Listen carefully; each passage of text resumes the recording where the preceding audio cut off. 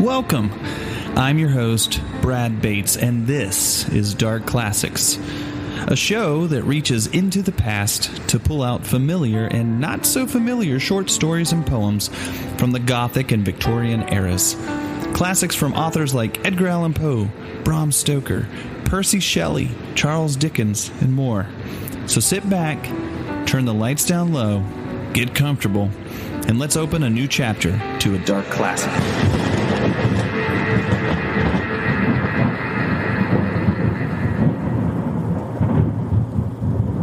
Chapter 3, The Story of the Moonbeam.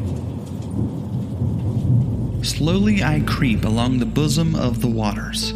Sometimes I look back as I rise upon a billow, and see behind me many of my kin sitting each upon a wave summit as upon a throne. So I go on for long, a power that I wist not forcing me onward without will or purpose of mine.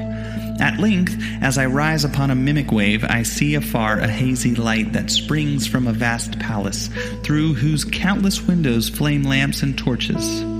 But at the first view, as if my coming had been the signal, the lights disappear in an instant. Impatiently I await what may happen, and as I rise with each heartbeat of the sea, I look forward to where the torches had gleamed. Can it be a deed of darkness that shuns the light? The time has come when I can behold the palace without waiting to mount upon the waves.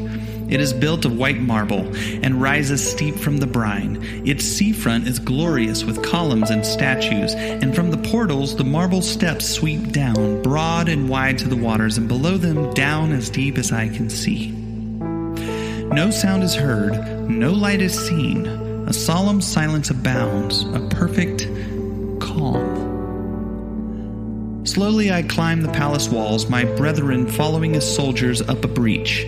I slide along the roofs, and as I look behind me, walls and roofs are glistening as with silver. At length I meet with something smooth and hard and translucent, but through it I pass and enter a vast hall, where for an instant I hang in mid-air and wonder. My coming has been the signal for such a burst of harmony as brings back to my memory the music of the spheres as they rush through space, and in the full, swelling anthem of welcome, I feel that I am indeed a sun spirit, a child of light, and that this is homage to my master. I look upon the face of a great monarch who sits at the head of a banquet table. He has turned his head upwards and backwards and looks as if he had been awaiting my approach. He rises and fronts me with a ringing out of the welcome song, and all the others in the great hall turn towards me as well. I can see their eyes gleaming. Down along the immense table, laden with plate and glass and flowers, they stand holding each a cup of ruby wine, with which they pledge the monarch when the song is ended, as they drink success to him and to the feast of beauty. I survey the hall, an immense chamber with marble walls covered with bas reliefs and frescoes and sculptured figures, and paneled by great columns that rise along the surface and support a dome ceiling painted wondrously, in its center the glass lantern by which I entered. On the walls are hung pictures of various forms and sizes, and down the center of the table stretches a raised platform on which are placed works of art of various kinds. At one side of the hall is a dais, on which sit persons of both sexes with noble faces and lordly brows, but all wearing the same expression, care tempered by hope. All these hold scrolls in their hands. At the other side of the hall is a similar dais, on which sit others fairer to earthly view, less spiritual and more marked by surface passion. They hold music scores. All these look more joyous than those on the other platform, all save one, a woman who sits with downcast face and a dejected mien, as of one without hope.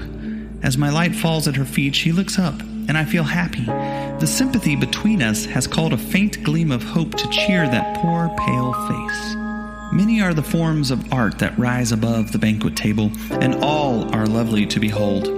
I look on all with pleasure, one by one, till I see the last of them at the end of the table away from the monarch, and then all the others seem as nothing to me. What is this that makes other forms of beauty seem as naught when compared with it, when brought within the radius of its luster? A crystal cup. wrought with such wondrous skill that light seems to lose its individual glory as it shines upon it and is merged in its beauty. O universal mother, let me enter there. Let my life be merged in its beauty, and no more will I regret my sun strength hidden deep in the chasms of my moon mother. Let me live there and perish there, and I will be joyous while it lasts, and content to pass into the great vortex of nothingness, to be born again when the glory of the cup has fled. Can it be that my wish is granted, that I have entered the cup and become a part of its beauty? Great Mother, I thank thee. Has the cup life? Or is it merely its wondrous perfectness that makes it tremble like a beating heart in unison with the ebb and flow, the great wave pulse of nature? To me it feels as if it had life. I look through the crystal walls and see at the end of the table, isolated from all others, the figure of a man seated. Are those cords that bind his limbs? How suits that crown of laurel those wide, dim eyes and that pallid hue? It is passing strange. This feast of beauty holds some dread secrets and sees some wondrous sights. I hear a voice of strange, rich sweetness, yet wavering, the voice of one almost a king by nature. He is standing up. I see him through my palace wall. He calls a name and sits down again. Again, I hear a voice from the platform of scrolls, the throne of brows, and again I look and behold a man who stands trembling yet flushed, as though the morning light shone bright upon his soul. He reads in cadenced measure a song in praise of my moon mother, the feast of beauty, and the king. As he speaks, he trembles no more, but seems inspired, and his voice rises to a tone of power and grandeur, and rings back from walls and dome. I hear his words distinctly, though saddened in tone, in the echo from my crystal home. He concludes and sits down, half fainting amid a whirlwind of applause, every note, every beat of which is echoed as the words had been. Again the monarch rises and calls Aurora, that she may sing for freedom. The name echoes in the cup with a sweet, sad sound. So sad, so despairing seems the echo, that the hall seems to darken and the scene to grow dim. Can a sun spirit mourn or a crystal vessel weep? She, the dejected one, rises from her seat on the throne of sound, and all eyes turn upon her save those of the pale one, laurel-crowned. Thrice she essays to begin, and thrice naught comes from her lips but a dry, husky sigh, till an old man who has been moving round the hall, settling all things, cries out in fear lest she should fail, "Freedom!" The word is re-echoed from the cup. She hears the sound, turns toward it, and begins. Oh, the melody of that voice! And yet it is not perfect alone, for after the first note comes an echo from the cup that swells in unison with the voice, and the two sounds together seem as if one strain came ringing sweet from the lips of All-Father himself. So sweet it is that all throughout the hall sit spellbound and scarcely dare to breathe. In the pause after the first verses of the song, I hear the voice of the old man speaking to a comrade, but his words are unheard by any other. Look at the king. His spirit seems lost in a trance of melody. Ah, I fear me some evil. The nearer the music approaches to perfection, the more rapt he becomes. I dread lest a perfect note shall prove his death call. His voice dies away as the singer commences the last verse. Sad and plaintive is the song, full of feeling and tender love, but love overshadowed by grief and despair. As it goes on, the voice of the singer grows sweeter and more thrilling, more real, and the cup, my crystal time home, vibrates more and more as it gives back the echo.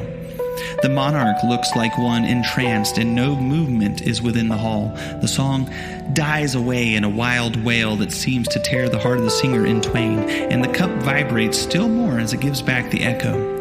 As the note, long swelling, reaches its highest, the cup, the crystal cup, my wondrous home, the gift of the All-Father, shivers into millions of atoms and passes away. Ere I am lost in the great vortex, I see the singer throw up her arms and fall, freed at last, and the king sitting, glory-faced, but pallid with the hue of death.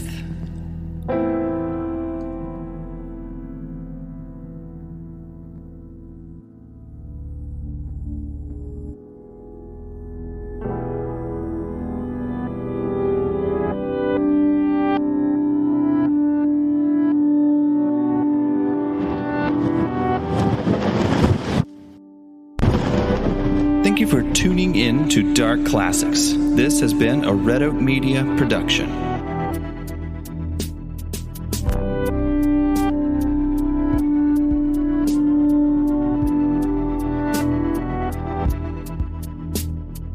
All musical scores are written and recorded by Jonathan Hamlet, and narration recorded by Brad Bates.